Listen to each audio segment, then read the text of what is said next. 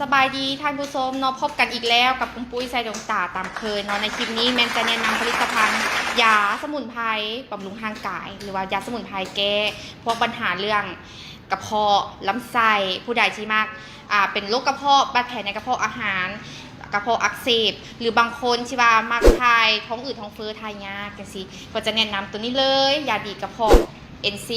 เนาะทางด้านในก็จะเป็นเม็ดแบบนี้จะเปิดให้เบิ่งเลยจ้า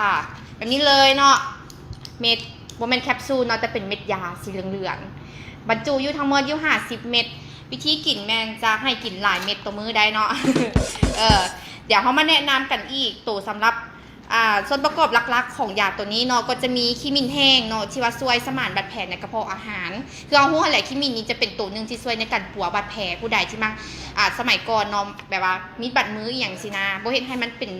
แป้วเป็นอย่างก็จะเป็นไซขี้มินอันที่2ก็คือเปลือกมะเกียงเนาะตัวนี้ช่วยในการขับลมในกระเพาะอาหารเฮาแก้อาการแน่นท้องอืดท้องและที่3ก็คือกาวบีหมูเนาะตัวนี้จะช่วยให้การหมุนเวียนของน้ำบีดีแล้วก็ช่วยในการย่อยอาหารได้ดีเนาะผู้ใดที่ว่ากินอาหารแล้วเคี้ยวบ่แลกจังซี่กินลงไปกระเพาะก็จะเป็นตัวที่ว่าบดอาหารเฮาแต่ว่าถ้าเฮากินยาตัวนี้เข้าไปมันก็จะช่วยในการเฮ็ดให้การบดอาหารเฮานี่ดีขึ้นซึ่งวิธีกินนี่จะแบ่งออกเป็น2เคสซะเนาะสำหรับผู้ใหญ่มันจะให้กิน2เทื่อต่อมื้อเทื่อละ2 เม็ดแสดงว่า4 เม็ดต่อมื้อเนาะส่วนว่าเด็กน้อยที่ว่าตามก่อน15 ปีลงมาแม่นเฮาจะให้กินมื้อละเม็ดมื้อละ2 เม็ดก็คือเทื่อละเม็ดกินเช้า1แลง1แบบนี้และในนี่เขาจะใช้เวลาปิ้นป่วยอยู่ประมาณ3-7 วันเนาะเขาจะฮู้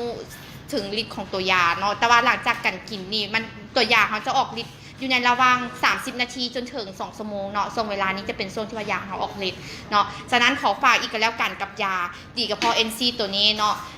เอาสามารถติดกระเป๋าไปนำก็ได้ผู้ใดมักเจ็บกระเพาะตลอดคือโดยเฉพาะมันแหละพนักงานรัฐพนักงานเอกชนบางคนนี่เฮ็ดเวียงหนักหลายเกินไป